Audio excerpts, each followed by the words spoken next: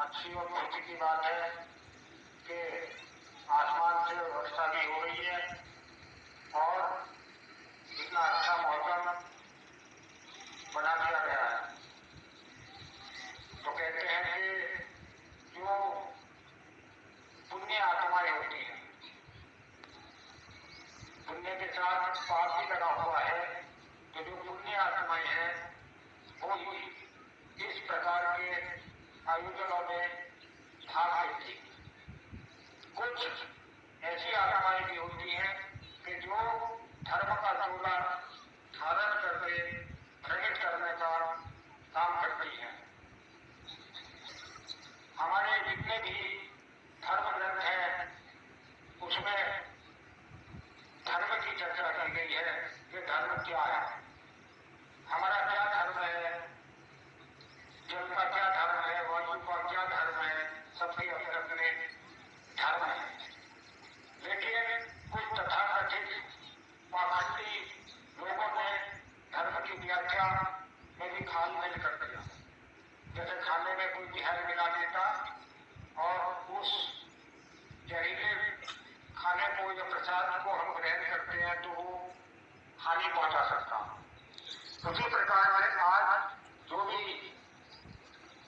ये तथाकथित पाखंडी लोग धर्म ग्रंथों में घालमेल करके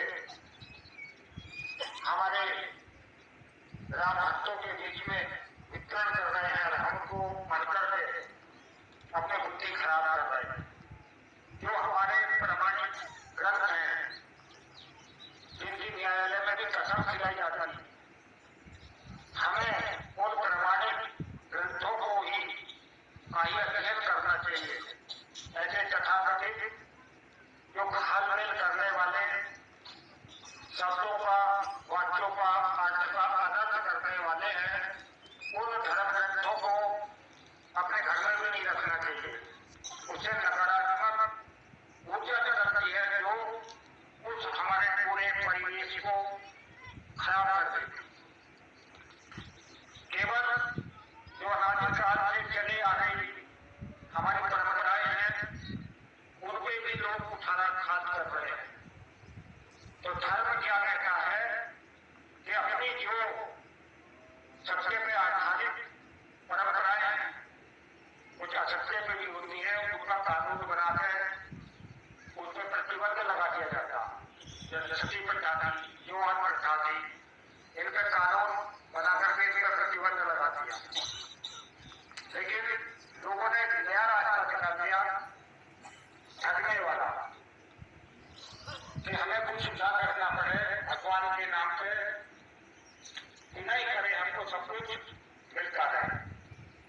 तो भगवान ने ऐसा उपदेश दिया हमें ज्ञान, भक्ति और कर्म का, कि हम ज्ञान भी धारण करें, भक्ति भी कर लें और कर्म भी करें। जो नहीं कि खाली प्रवचन कर रहे हैं या प्रवचन सुन रहे हैं या खाली भगवान की उपासना कर रहे थे ऐसे ही सब कुछ मिल जाए गया।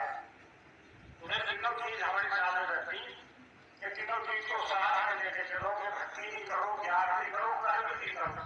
जो नहीं खाली भगवान से करो। कुछ लोग खाली भगवान का ही खाते देखो ज्ञान की जगह बैठे और तय कर दिया कि हम तब